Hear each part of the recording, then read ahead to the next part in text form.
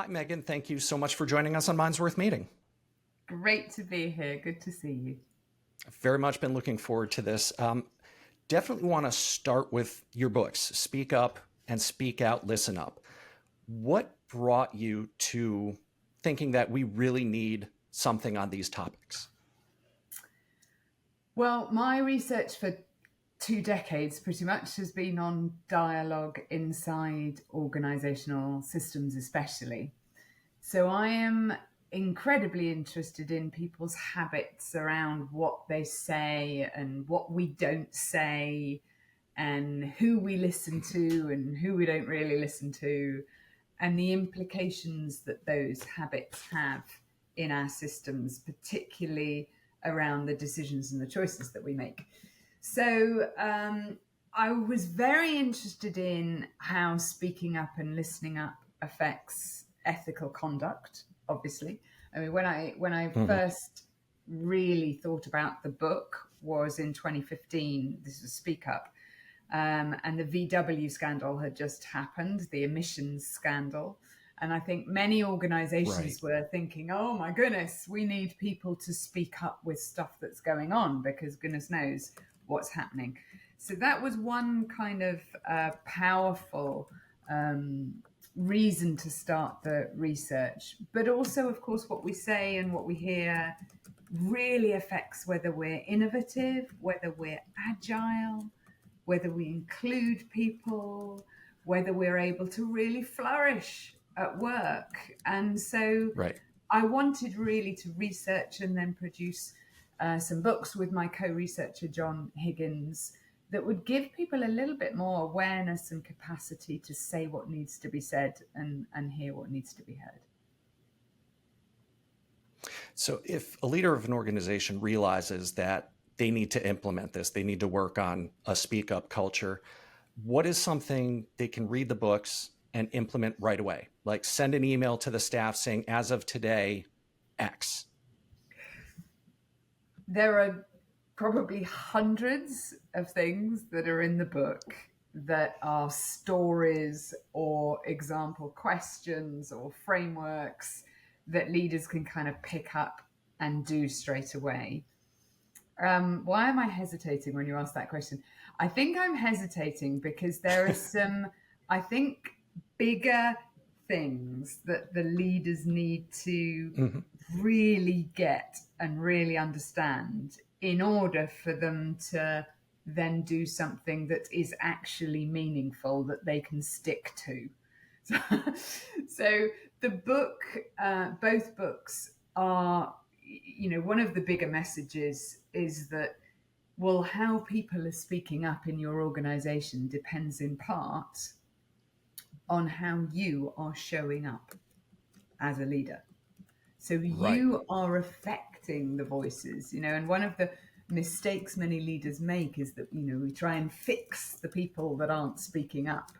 And actually, we really need to land the understanding. Actually, we need to work on our own habits in order to enable others. So whilst there's loads of stuff for leaders to kind of go and do out there, probably one of my first things is hang on a second, slow down.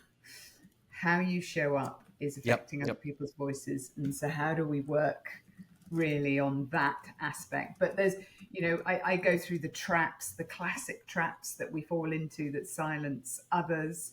And we also look at, the real how-tos, who, what, where, when, why of speaking up and listening up. And there's some good frameworks in there for that. Megan, I love that you mentioned scandal because that's something that really seems to plague institutions in a time of social media. It can sometimes really feel like people are just waiting to jump on one thing or another that an organization or the people that work there do, and then it's just off to the races online. In a time of heightened activism, when it's much more visible than ever in terms of social media and media attention even, how can companies encourage people to speak up in productive and respectful ways, even if that message is one that challenges the organization or its values? So this is a really interesting change that we've seen inside organizations and inside conversations over the last few years. So John and I have been studying employee activism for a few years. And, first thing to note is that word activism is immediately controversial. And probably the people listening to this have already got some opinions on this very topic. So we look at voices of difference. So we look at quite a broad definition of activism, voices of difference that are seeking to challenge the status quo inside organizations. Looking at it from that perspective, of course, organizations have to have activism. They have to have people that are willing to stick up their hand and say, actually, I'm going to challenge this. I'm actually going to be different here.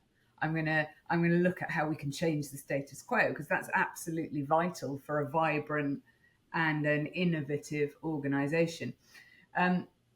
One of the issues is that quite a few years ago, managers and leaders started really inviting employees to speak up for all the reasons that I mentioned earlier on. And they have been saying things like, bring your whole self to work. My door is always open. Please speak up. And they're lovely invitations. But of course, the way I put it is that very often leaders have then realized that they've left out the terms and conditions. And people have kind of spoken up, of course, about all sorts of things, some of which the managers and leaders didn't really want to talk about. So I think it's a little bit of a mess at the moment. And I think, there is a realization that if we speak up collectively as an organization or don't speak up, they're both kind of political in the world that we have at the moment, which is a world where we immediately have to assert and try and shout down the other person. So what I recommend in organizations is first of all, I suppose, be careful around your invitations and be careful about, whether there are terms and conditions applied to them. I think there have been many employees that have been quite upset and probably left fairly cynical at being invited to speak up and then being rapidly closed down again. I think it's really important to create a kind of context and a process through the organization with your stakeholders around, okay, what should we be talking about in the workplace? What makes sense for us to talk about? And that doesn't need to be just decided upon in the C-suite. Okay, it needs to be decided on with employees and actually with further stakeholders as well, so that people can see that there is reason to some boundaries that need to be put in place around actually, we are going to engage in this, and no, we're not going to engage in that. And also, I would also say that there is what I might call the sort of architecture of conversational spaces, the forums that we have in organizations. And it may well be that in some forums, you want to state some boundaries or some rules of the game around what gets talked about. But in other forums, it's more open and people can engage with it.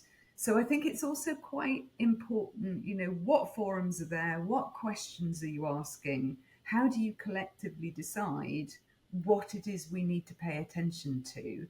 And of course, then, final thing, let's role model ways in which we can disagree respectfully. Can we begin? Because we're not seeing much of that.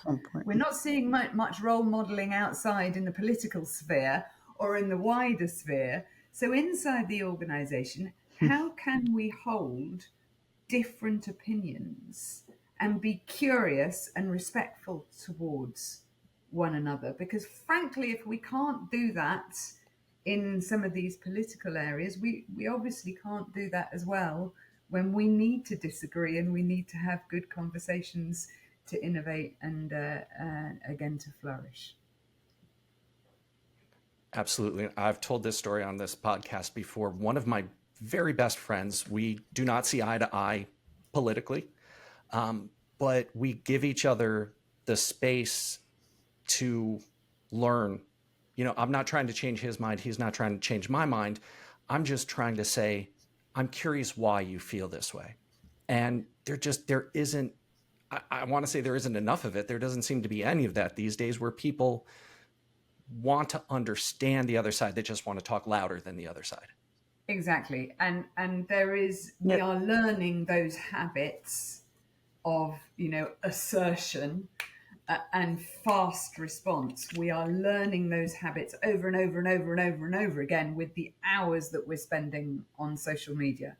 And the likelihood is that some of those habits are absolutely going to become the norm within our organizational systems. And then we have, we really do have some issues in terms of performance, in terms of the choices and the decisions that we make inside our workplaces. So that role modeling is really important. Yeah. So you've been studying communication, conversation for a while. Is there anything specific? I mean, we covered this a little bit just now. Is there anything big that you've seen has really changed in the last couple of years when it comes to communication within the workplace? Either good or bad, or both. Yeah, so one thing I have mentioned, I'll mention it again, it is really important, is that we have certainly noticed in the research that we've done, we've surveyed, I think it's about 22,000 employees now globally. One pattern that's really clear is an increasing capacity and increasing perception of speaking up around social and environmental issues inside workplaces. So there's definitely a content change in terms of what is acceptable or invited inside the workplace. So that's one big change. Obviously, since COVID, a lot's been talked about the change from perhaps more face-to-face to more virtual communication. So that's another change that I could talk about for hours, which has various consequences. Actually, it does lead into the third thing I would say, which is my current research is looking at. I would say that over the last few years, we've become even more focused on short-term, tangible targets, on the task, on the kind of the quarterly results. It seems, according to my research, that people are experiencing a level of busyness. Somebody in an interview recently said, being at work and being in my meetings is like drinking from a fire hydrant. So that sense of I've got stuff coming at me, I can't breathe.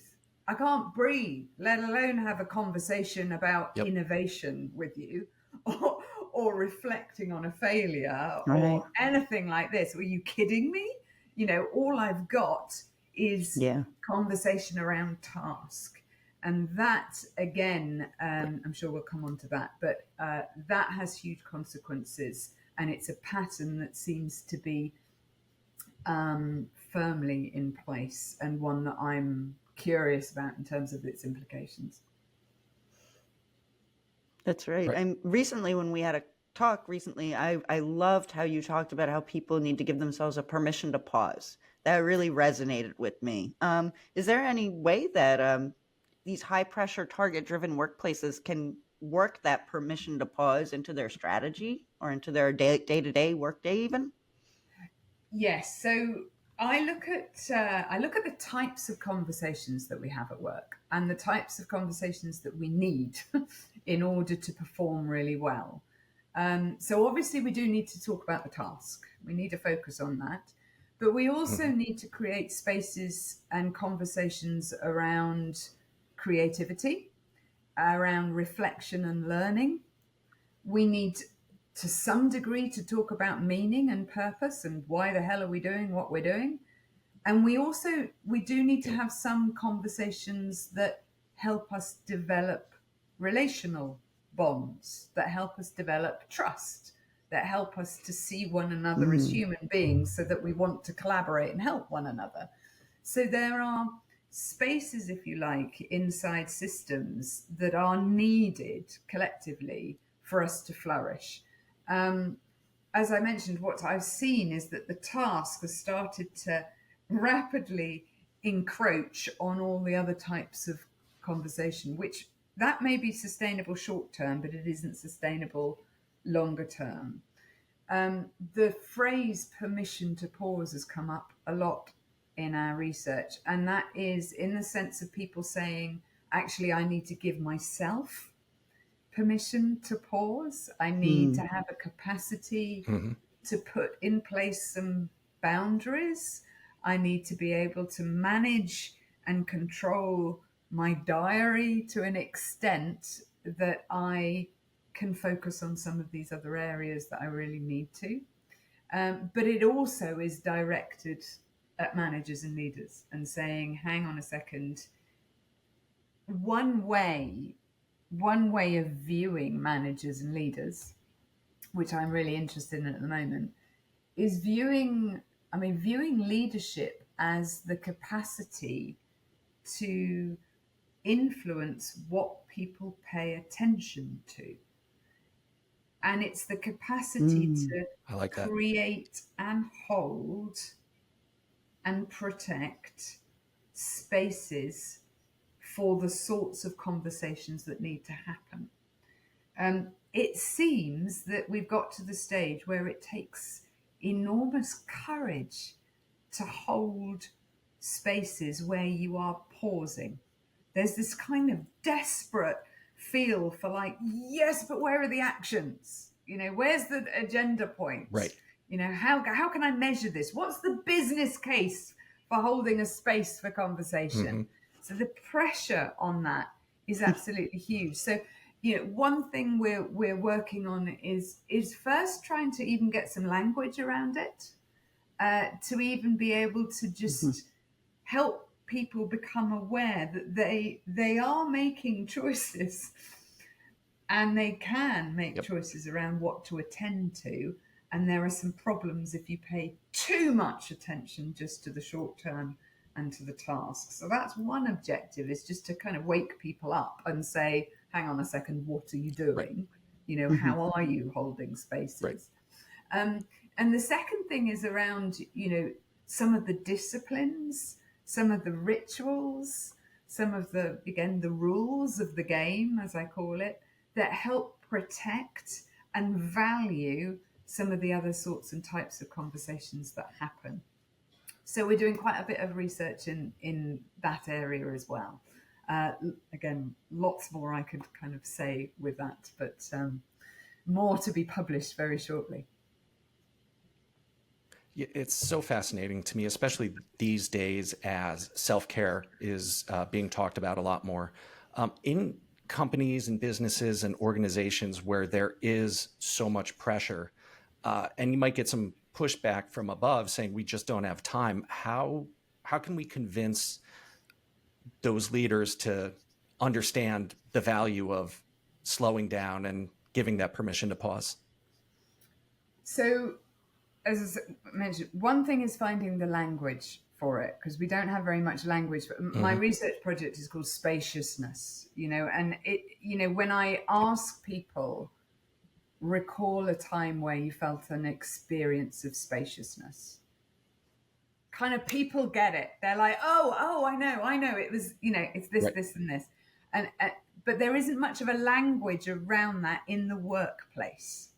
So one thing I'm trying to do is to create a kind of way of framing it and thinking about the choices and the sorts of spaces that we create for other people, the sorts of spaces to learn, to reflect, to relate, so that we can then make some choices together on those. The other bit of, I suppose, language is we're investigating two ways of, I suppose, seeing the world. It definitely gets to the edges of philosophy here. So one way of seeing the world we call the instrumental gaze. This is when we see the world as made up of separate units. You and I are separate from one another. We are means to an end. We have utility in mind. we tend to focus short-term tangible stuff. The other view is what we call the relational gaze. And that's when we are more aware of the interdependencies, the relationships, the system, the broader perspective. Okay. And both of those gazes are vital for survival. Okay. This one has got a bit, the instrumental has got a bit out of control. So I'm at the moment creating spaces with executive teams and beyond for people to pause. Often I kind of am able to do that because I come in from outside and I've got some research and I've got some data. The survey that I've been collecting has given us plenty of data that shows how the task is perhaps gone a bit out of control. So holding these spaces open and enabling people to just make some choices around, you know, what do I intend as a leader? What impact do I want? And what does that mean in terms of some of the rules of engagement that I want to put in place and role model in the workplace? I hasten to add, it's really hard though, because some of these habits, you know, really die hard. So there's a lot I do around, you know, how do you bring to mind literally every day? How do you reconnect to your compass, if you like? And you say, wait a second, let me just remember what I'm trying to do, because the vortex of habit is sucking me right in. And if I'm not careful, and if I don't kind of remind myself, I'm going to go straight back down there. So stuff that I'm working on is, you know, how do you trigger that memory? How can you, as well, how can you train the brain? A lot of my research is has been on mindful leadership. It's extraordinary that we leave our minds, our brains, up to chance. We don't train them. You know, some of us, I haven't for a while, but some of us are quite good now at training the physical body, you know, and getting the exercise done. And we know how important that is. And yet the brain, you know, what we pay attention to, we're leaving it up to chance. And yet that defines our lives. That defines our organizational's performance. And the thing is, we can train it. You know, there is plenty of evidence to show that we can train it. So that's another thing that I'm doing, you know, at an individual and a team level, training a sense of mindfulness, collective mindfulness, so that we can spot ourselves when we're about to do what we've always done and choose to do something different instead. Really, really, really vital capacity. So like if I wanted to get back into training my body, which I have not done in quite some time, you know, I would go to the gym, ride the bike for 30 minutes, you know, slowly get into it. What are some of the things we can do, even just on a small scale, to start training our brain? Well, I work, my research has focused a lot on meditation practices. Now, again, you know, I could now talk for about 5 hours on this, so I'm reining myself in. But the word meditation and mindfulness means a whole vast array of things, as does the word leadership, actually. I'm interested in how we can do practices with the mind, with the brain, that allow us to pay attention to what we're paying attention to. So they're really straightforward exercises where we learn to pay attention to certain things, for example, certain sensations in the body, and we train ourselves to notice when we stop paying attention to them. Because you can guarantee, if you're a human being, your mind will wander, okay? And normally we're not even aware of the fact that our mind has wandered. You know, we're blissfully unaware that our mind is doing its own thing. So some practices enable us to just spot when the mind has wandered, and then without judgment, which is important, be able to bring our attention back to a certain place. So it is a little bit like going to the gym, you know, but you're training your brain. The repetitions are not building a particular muscle, they're building the brain capacity. And again, some really interesting research in what's possible with that. Yeah, that's so fascinating. I want to shift gears just a little bit. I feel like we can't have an interview today with anybody without talking about artificial intelligence. Of course. What are some of the big things that that you're seeing with artificial intelligence, either positively or negatively, impacting how we speak to each other? Yes, it is definitely the topic. And I will start by saying I am absolutely not a tech expert, but where I am utterly fascinated and where there doesn't seem to have been that much work done actually is in examining how is AI likely to change what gets said and who gets heard in our organizational systems. And we published an article on this in Harvard Business Review just a couple of months ago. And, you know, when we talk about AI and communication, generally there's been quite a lot of assumptions about AI. A, you can trust it and it's authoritative. B, AI is going into workplaces that are psychologically safe. And C, they're going into workplaces where power doesn't exist or doesn't feature. You know, and all of those three assumptions are dubious in my experience. Right. So AI tools are, I am particularly interested in the ones that are being used more and more in the way that we communicate virtually, because they are touching on so many people's lives.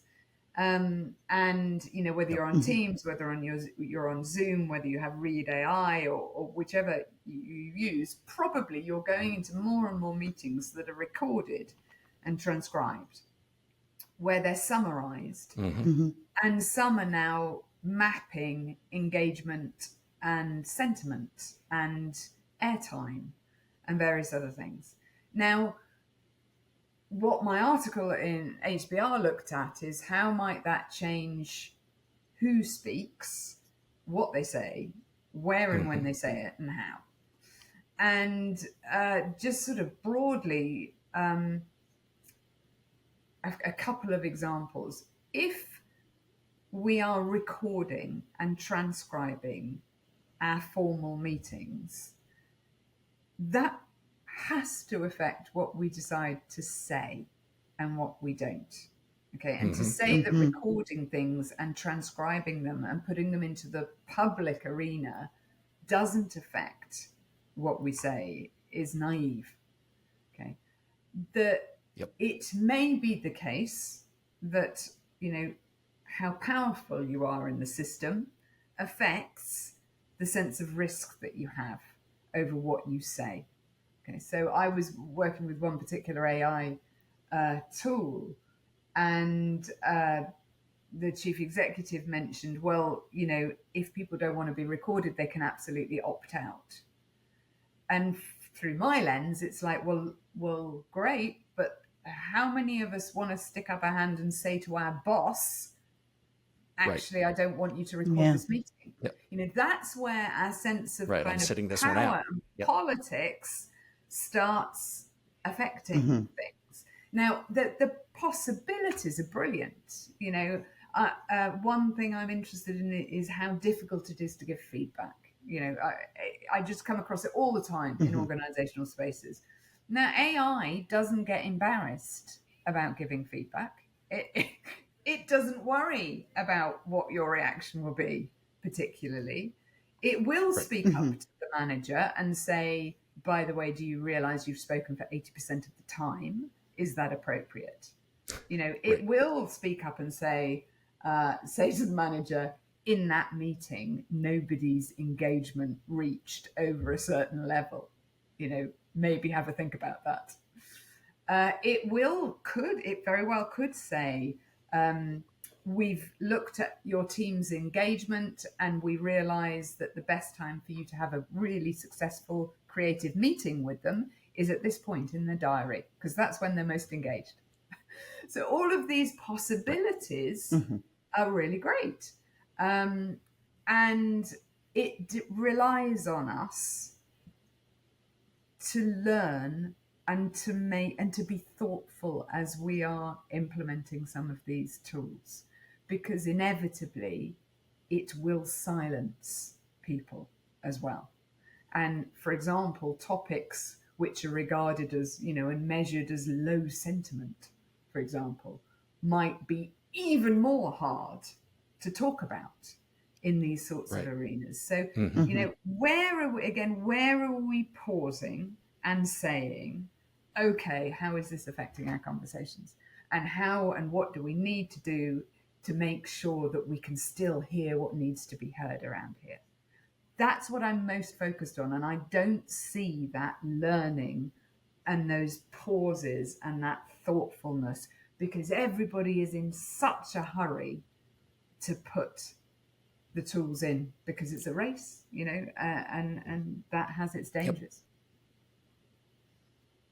And it's interesting too, when you think about the rise of these AI tools that can measure your level of engagement and yet also the value of silence and reflection. Can AI put a value on that reflection time, or can it just say, well, you weren't engaged during that time? Does it have the capacity to recognize that? So that's an interesting thing to think about. Absolutely. I mean, it's a fascinating thing to think about. And, measuring share of voice assumes somehow that, there is a value in voicing. Actually, there's a huge value in silence. There's an enormous value in listening to others in a way that enables them to find their voice. Does AI value that and track that and measure that? Unlikely. Does it, at the moment, is it authoritative and trustworthy in terms of being able to read people's facial expressions and turns of phrase to genuinely be able to see whether people are engaged or not? Is it pulling from a data set that is very, very narrow? Does it include issues around neurodivergence, in terms of being able to read different signals? No, we have a long way to go. So, as we rush to bring the tools in, who's being silenced? That's what I'm fascinated by. What are we now not going to hear that we need to hear if we're not careful? Right. That's such a great point, too, is that a lot of the time it's not necessarily what you say, but how you say it, in the sense of intonation and meaning. Sarcasm. I don't know that we're at the point yet where AI is getting sarcasm, but when you're just reading the transcript, you are not getting all that nuance. Yeah, absolutely. And the sarcasm one is one I mentioned in the article, actually, because I can have a tendency to use the British sarcasm, which on a transcript, I mean, it just completely wipes out any of the intention that might have been behind that. So obviously these tools are learning so quickly that things are going to change a lot. But, let me just say one other thing as well, which there is a danger that we are moving to delegating our relating and our communication to AI tools. And the time where we send our avatar to a meeting instead of us is not that far away. And whilst that could be really helpful, if we are looking and dealing with an aspect of the task, that can be instrumental, that doesn't need other things to come in and make it, in order for it to make it work, then it could work really well. But, we can't delegate that bit that is our capacity to be curious, to really listen, to build relationships, to see nuance, to ask questions that enable people to realize what they didn't even know they knew. This stuff is the stuff of human relationships. And what we want is we want AI to help us with that. We want AI to create some Yep. spaces where we are able to flourish together, not for us to mistakenly delegate some of those aspects of what it is to be human, away. And again, that's what we have to be very aware of. And for the record, British sarcasm is one of my favorite types of sarcasm. Fantastic. Thank goodness for that. So as we're getting close on time here, I'm sorry, Meg, go ahead. I was just going to say that resonated with me because I've seen a lot of things online where people will say, like, why are we delegating AI to reading bedtime stories to our children? I want AI to wash the dishes so I have more time to read stories to my children instead. Like, Yes, it's important to remember which habits we need to eliminate and which habits we want time to continue. It very Go ahead, quickly it very quickly gets us to some really, the essential philosophical questions. Actually, if we look at AI, very quickly we get to a stage where we have to ask, what does it mean to be human? What does it mean to experience relationships? What are we here for? What do we want in our life? What impact are we having? These really deep questions come quite quickly.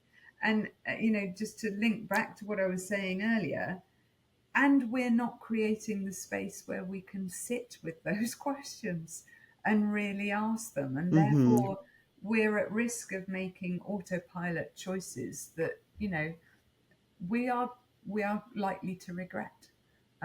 So every possible way I can disrupt that from happening and, wake people up to it, I'll take them.